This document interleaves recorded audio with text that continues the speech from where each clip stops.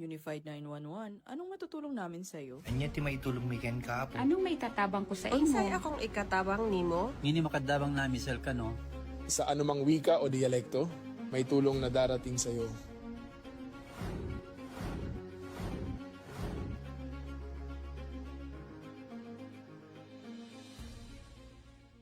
Lilingkod sa bawat Pilipino at magbibigay ng tamang impormasyon para sa tahimik at maayos na Pilipinas. Police News Network, alagad ng batas, tagapagtaguyod ng balitang pulis, sandigan ng mamamayan, patnubay ng katotohanan. La Campo Crame, maghahatid ng pinakahuling kaganapan at nagbabagang balita. Ito ang PNN Police News Network. At ngayon, ang inyong mga tagapagbalita. Magandang umaga, Bagong Pilipinas. Ako ang inyong tagapagbalita, tagataguyod ng Balitang Pulis, NUP Loreto Bonifacio Concepcion. At ngayong araw ng Miyerkules, makakasama nating muli bilang special guest co-host, walang iba kundi si Miss Ricky Abuel de la Peña, Miss Universe Philippines Lokban 2024, at Miss Philippine Youth Grand Winner 2019. Magandang umaga, Miss Ricky. Magandang umaga rin po sa inyo, Sir Eton, and of course sa ating mga manonood. Huwag po nating kalimutan i-like, i-follow at i-subscribe ang page ng Philippine National Police, Police Community Affairs and Development Group, PCAG, Tagapag-ugnay at Police News Network. Kami po ay maghahatid sa inyo ng tamang balita, kwento ng pulis at serbisyo para sa mamamayan. At ito ang PNP News Online. Pangunahing balita ng Police News Network, alagad ng batas, tagataguyod ng Balitang Pulis.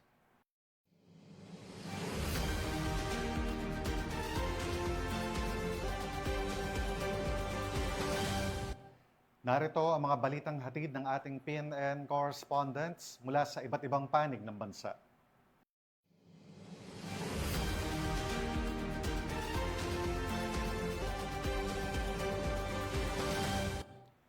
Nakumpiska ng mga otoridad ang tinatayang 3.4 milyong pisong halaga ng ipinagbabawal na gamot habang naaresto naman ang isang individual matapos ipatupad ang isang search warrant sa Apari, Cagayan.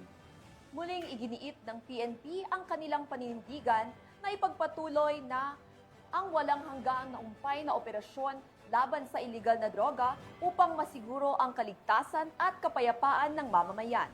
Nakatutok dyan si Patrolwoman Rochelle Ledesma.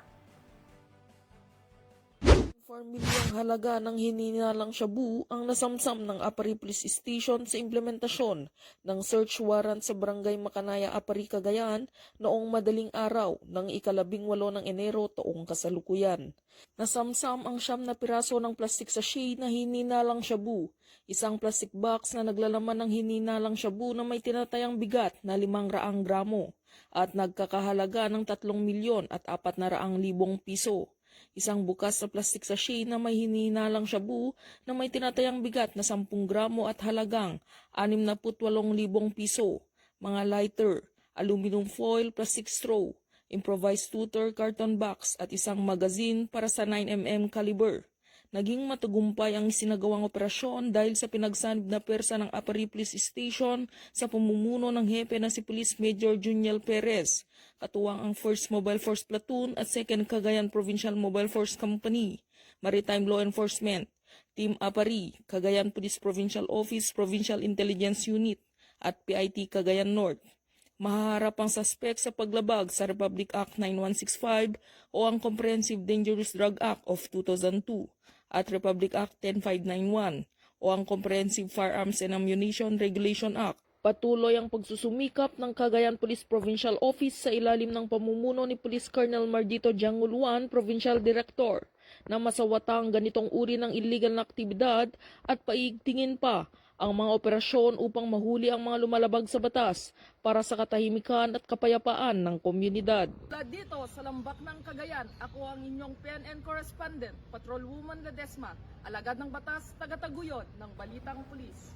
Maraming salamat, Patrolwoman Ledesma.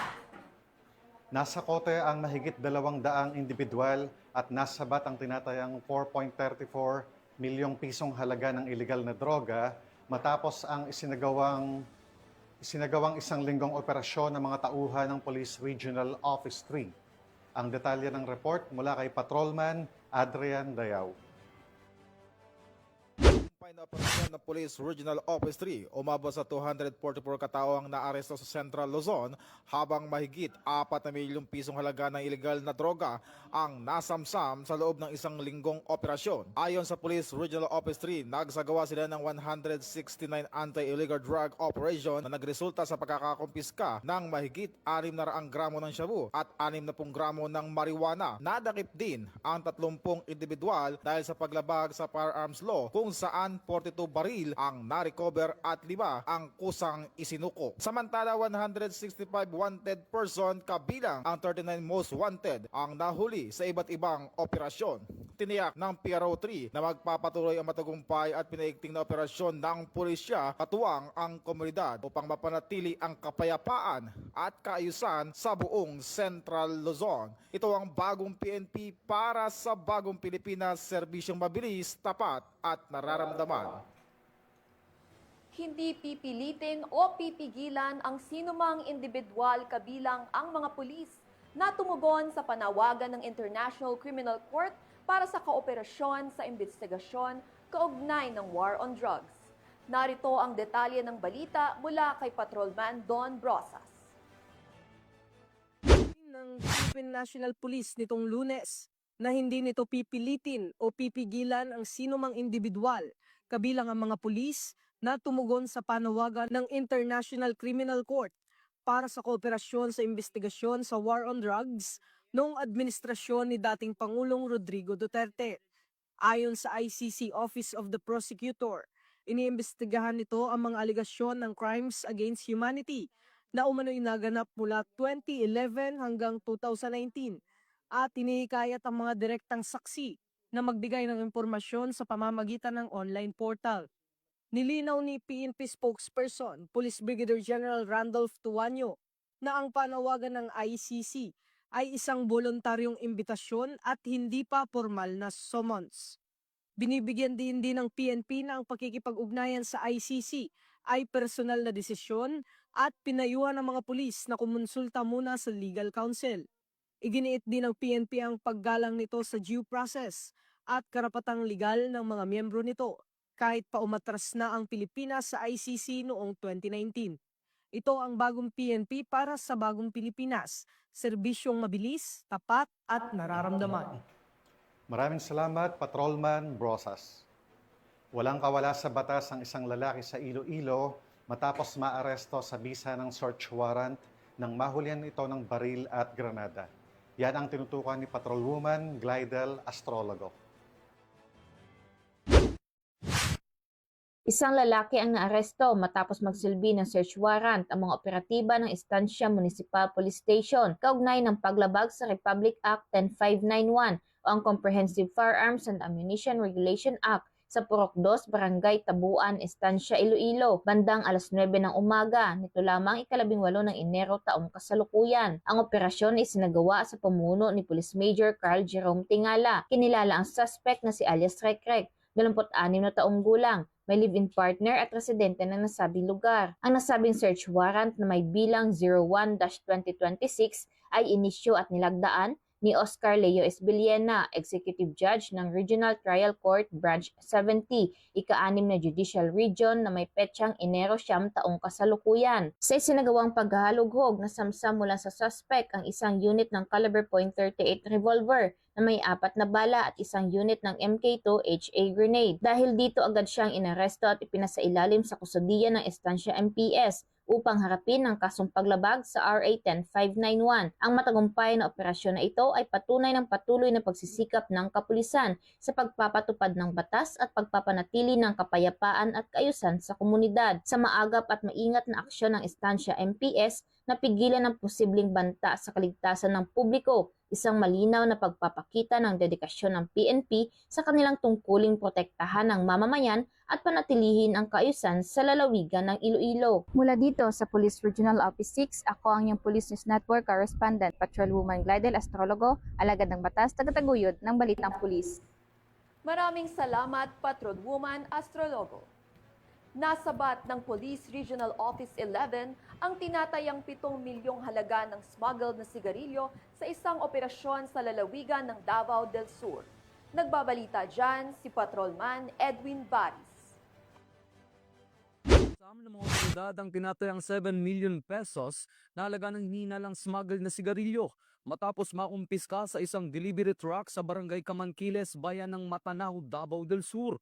Ayon kay Regional Director ng Police Regional Office 11, Police Brigadier General Leon Victor Rosete, napansin ng mga tauhan ng Regional Special Operation Group 11 ang isang bukas at walang taong Isuzu six-wheeler wing van na nakaparada sa gilid ng kalsada habang sila'y pauwi mula sa isang operasyon. Sa inspeksyon, nadiskubre ang 140 master cases ng iba't ibang brand ng sigarilyo na itinago sa ilalim ng mga nyog. Lumabas din ang mga sigarilyo ay walang kinakailangang graphic health warnings. Nasamsam din ang nadiskubring delivery truck. Ang lahat na nakulang ebidensya ay nasa kustodiya na ng RSOG 11 at ipapasa sa Bureau of Customs para sa dokumentasyon at wastong disposisyon.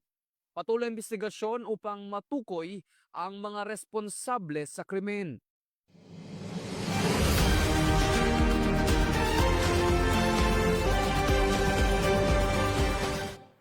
Maraming salamat, Patrolman Baris.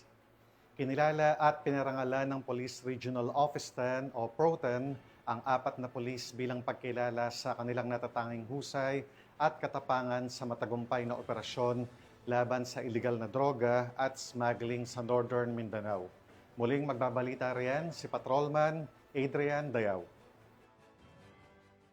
Police Regional Office Northern Mindanao ang 4 na pulis noong Lunes dahil sa kanilang natatanging kontribusyon laban sa iligal na droga at smuggling. Sa flag raising ceremony sa Camp Alagar, ginawaran ng medalya ng kadakilaan si Police Major Aldrin Baculio ng Cagayan de Oro Police Office matapos manguna sa pagkakaaresto sa isang high-value individual at pagkakakumpiska ng 200 gramo ng shabu na nagkakahalaga ng mahigit 1 milyong piso. Tumanggap din ng parehong parangal si Police Corporal Cherry Ann Lito ng Regional Drug Enforcement Unit matapos makasamsam ng 109.88 gramo ng shabu na tinatayang may halaga na mahigit 700,000 piso. Samantala, ginawaran ng medalya ng kagalingan si Police Major Paul Duran ng Bukidnon PPO dahil sa pagkakahuli ng suspect na may dalang 17 kahon ang pinuslit na sigarilyo na nagkakalaga ng mahigit 800,000 piso. Iginawad naman ang medalya ng papuri ay Police Captain Mirasol Capiña ng Regional Plans and Strategy Management Division para sa kanyang makataong serbisyo at pagbibigay inspirasyon sa komunidad. Ayon sa Police Regional Office 10, mula Enero 9 hanggang 15, umabot sa mahigit 10 milyon ang nakumpiskang kontrabando at 193 katao ang naaresto. Tiniyak ni Police Brigadier General Christopher Abrahano na magpapatuloy ang pinaigting na operasyon upang matiyak ang kaligtasan ng mamamayan sa Northern Mindanao. Ito ang bagong PNP para sa bagong Pilipinas. Serbisyong mabilis, tapat at nararamdaman. At yan ang mga balitang nakalap ng ating PNN correspondents mula Luzon, Visayas at Mindanao. At muli po, nais nating magpasalamat sa ating special guest co-host this morning na walang iba kundi si Ms. Ricky Abuel de la Peña. Baka may nais kang i-promote, batiin, or banggitin na advocacy, Ms. Ricky? First of all, maraming salamat po ulit sa pag-imbita po sa akin dito. Para po sa mga aspiring models, we have upcoming modeling workshop. I-follow nyo lang po ang Block Modeling School. It will happen this February 15. Of course, pinapasalamatan at binabati ko rin po si Acting Chief PNP Police Lieutenant General Jose Melencio Nartates Jr., Police Major General Roderick Augustus Alba, the Director for Police Community Relations.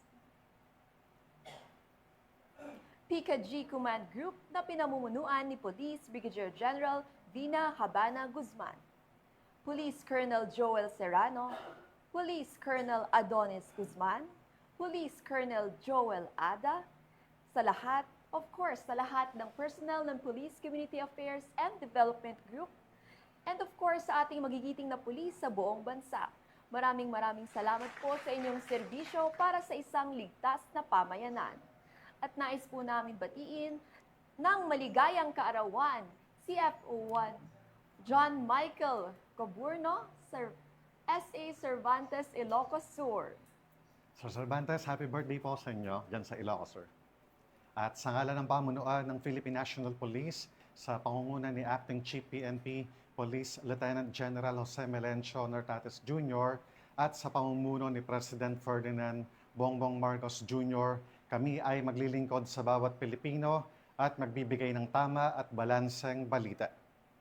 Mula rito sa tanggapan ng tagapag-ugnay ng Pambansang Pulisya, kami ang inyong tagapagbalita, tagataguyod ng Balitang Pulis.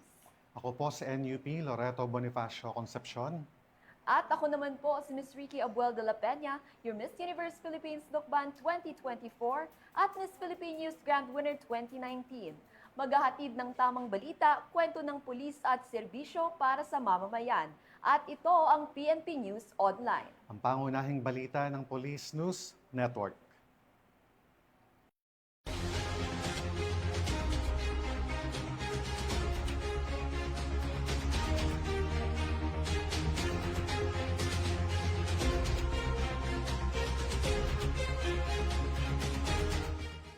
Police News Network, alagad ng batas, tagapagtaguyod ng balitang pulis.